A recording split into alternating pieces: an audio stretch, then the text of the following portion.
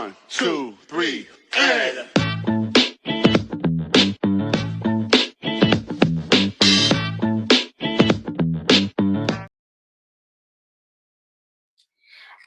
Hello. Happy New Year. What a way to bring in 2026 than listening to the brand new first episode of Black Beauty in Business, hosted by your very own Pamela LaShawn.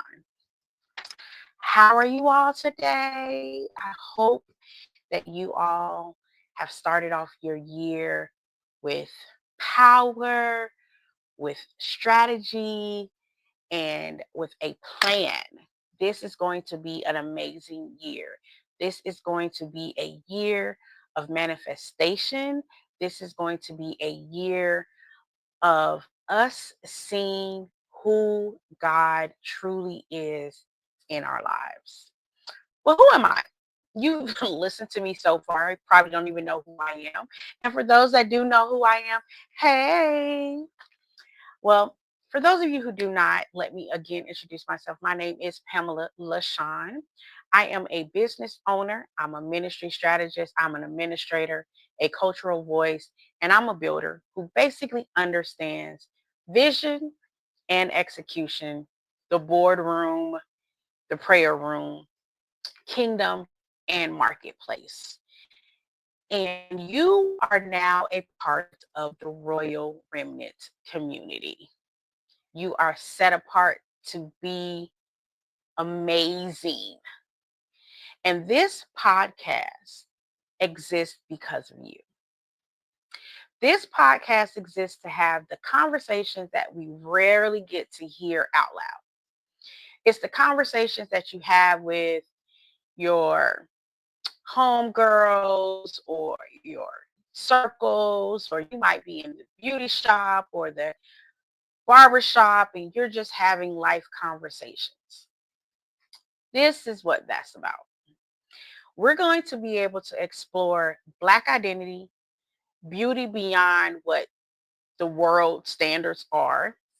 We're going to talk about economic power and what that looks like for our community and our culture, and the strategy required to build legacy and generational wealth in business and in life. Each episode is going to bring honest dialogue. We're going to bring practical insight and cultural truth that challenges how you think and how you move. One of the things that I want you to do is come with an expectation. Expect clarity, expect perspective, expect tools that you can actually apply to your day-to-day life. How many times do you listen to podcasts and it's great information, but you leave without really having a resource, tool, strategy? It's just an empowerment type conversation. Well, we want to not only empower you, but also provide you with the tools. This first episode is basically just going to lay the foundation, because we can't go into anything more without understanding who you are. You have to understand who you are. You have to understand why you matter. You have to understand why our community matters. And you have to understand why it's important to have confidence, have our culture and commerce, and how it all intersects with your identity, and how we're all rooted and grounded with each other and in who we are. It's very important that we operate with intention this year. We've said that before, but it's really, really important, especially with everything that's going on in the world. We really, truly operate with intention. In order for you to operate with intention, you have to understand who you are, right? So welcome to the Black Beauty and Business Podcast, where we're purposeful, we're grounded, and we're built for legacy.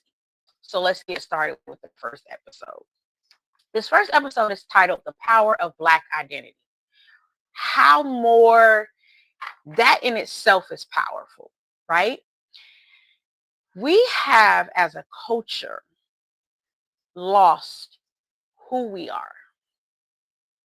We have allowed society standards to mold us into certain people. We have allowed our traumas, and we have allowed the generational blood traumas to root us in how we move and why we don't move certain ways, or why we're not in certain rooms, or why we don't deserve to be in certain rooms. So there is a question that every human being has asked themselves at some point in time, whether you've asked it out loud or inside your head or journaled it. Who am I? Why was I created? And what exactly am I doing here? What's my purpose? These are not weak questions, y'all. They're not. But these are foundational questions that is needed to understand your identity. See, most people spend their entire lives not knowing who they are. But I want to start this season by helping you identify who you are. Not this version that's handed to you by the culture, your trauma systems, or even church tradition. I want to talk about identity the way God designed it. See, identity according to his original blueprint. If you didn't know, this is Christian-based podcast. Before you were ever criticized, labeled, or rejected, or stereotyped, or even overlooked, God had already approved you. Cliche statement, I know. But the approval did not come because of your performance. It didn't come after you were healed. It didn't come after you got it together, as we say.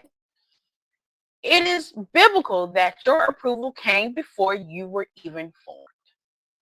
God's blueprint, his original design and plan and intent for your life, his outlined path for your purpose and destiny happened before you were born.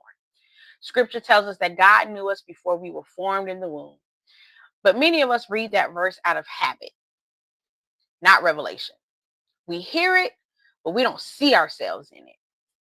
And if you can't see yourself in the word, you begin to start borrowing identity from other places. That is when we come into problems. That's where the trouble begins.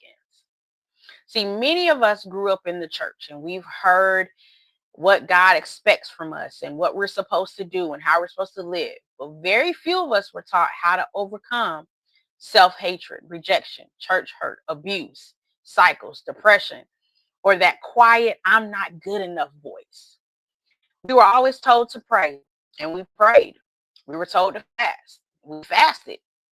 And yet we still found ourselves in that circle of emotions over and over and over again. You became free, but you weren't whole. You were anointed, but you were still broken. You're gifted, but you're still not sure. See, I learned something the hard way. Deliverance alone does not heal identity. You can be free from a thing and still operate on an old heart. See, God had to actually stop me in the middle of a fast and tell me that I was operating from an old heart, but still doing my spiritual walk. I was still getting up and dancing. I was still getting up and miming. I was still getting up and teaching and I was still that person. I was very much anointed. I would get up and shift atmospheres when I mimed. And um, it was so much. And it was so easy for me to get behind a mask and white face paint and operate out of a person of trauma or survival. This person wasn't who God created me to be. This person is who I created out of a trauma response, out of a defense mechanism. And it still allowed me to operate with God's people. And they didn't understand what I was going behind closed doors. Was it right? Absolutely not. See, when you get that kind of truth, you don't want to hear that. You don't want to hear that you're operating out of an old heart. You don't want to hear that you're wearing a mask, especially not from God. It's the most humbling experience ever. See, because we have trained our hearts to feel the pain and survive it. We become people pleasers, or we become religious performing. But that's not who God originally intended for you to be. See, you can love God.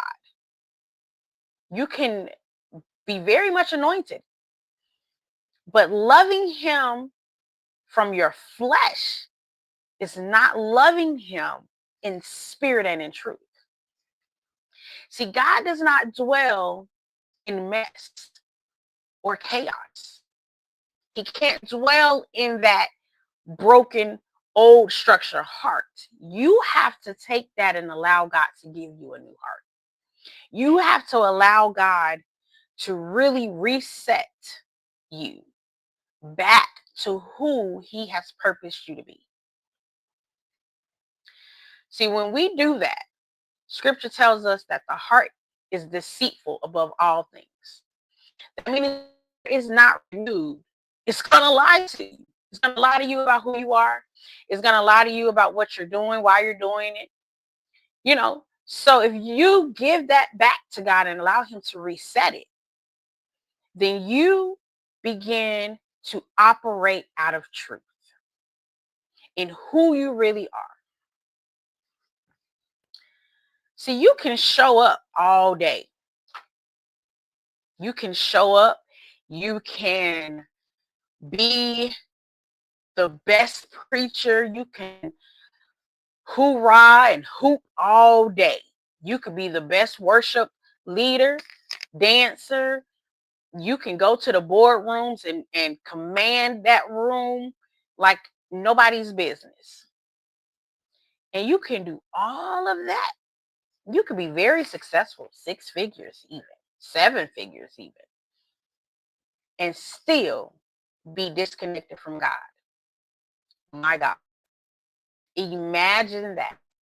Imagine going this whole world operating out of a level of survival and not who God has truly called you to be. Imagine if you really just took the moment and reset and be who God has called you to be, how much more successful you might be. You can be disconnected at the level of identity. You can work and without the fellowship, and that's nothing but religion. That's not relationship. And see, here's where identity becomes dangerous when it's misunderstood. See, when you don't know who you are in God, you will accept any definition from people outside that did not create you. See, and the enemy understands this very well. He don't need to destroy you. All he has to do is plant that seed and begin to allow you to question your identity. See, when you begin to question your calling, you don't operate in it. And when you question your calling, you shrink. And when you shrink, right? When you shrink, you begin to live beneath your assignment. That's not an accident, y'all. That is very planned out against you. That's it. That's that simple. See, this is why Black identity matters so deeply in this conversation. Because you're not just fighting your personal wounds. See, we are fighting and navigating generational trauma, cultural distortion, and systems that benefit from us never fully knowing who we are. But hear me clearly. Our identity does not begin with oppression. It begins with God. You are not an accident of history. You are not a response to trauma. And you are not the sum of what happened to you. My God. When the word truly penetrates your spirit, there will be change. Not these emotional moments that we have, not this temporary relief, and then go back to feeling the same kind of way. But there is a permanent change that will happen that will penetrate your heart so deep that it becomes new. See, that requires honesty. That requires an intimate relationship with God that cannot be faked. God is not looking for performance. He is looking for partnership. And when your heart becomes new and your identity stabilizes, you stop being moved by people's opinions. by rejection, by trends, or even your fear. You stop shrinking in rooms. God ordains you to occupy every room. You stop asking permission to be who you already are approved. This is what this season is about. This is about returning to God's original blueprint. This is about healing identity so purpose can breathe. It's about being free enough to be who God called you to be without an apology. So as we begin this journey together, I leave you with this. Heal you so you can truly love you. Be free. Be really free. Be free enough to be you. And then remember this. You are God approved. Thank you all for tuning in to the first episode of Black Beauty in Business as we build this community of royal remnants. Your voice matters and your story will add weight to this culture. Before we close here at Black Beauty in Business, we will end every episode by celebrating who we are as a people. So in the comments below, I want you to finish this sentence. I am proud to be Black because Black is blank. Let me start you off. I am proud to be Black because Black is legacy, baby. So listen up, family. Keep standing tall, keep creating, keep breaking ceilings that the world said that you couldn't touch. And until next time, stay unapologetically your beautiful self. You are a masterpiece. Thank you so much. See you next time.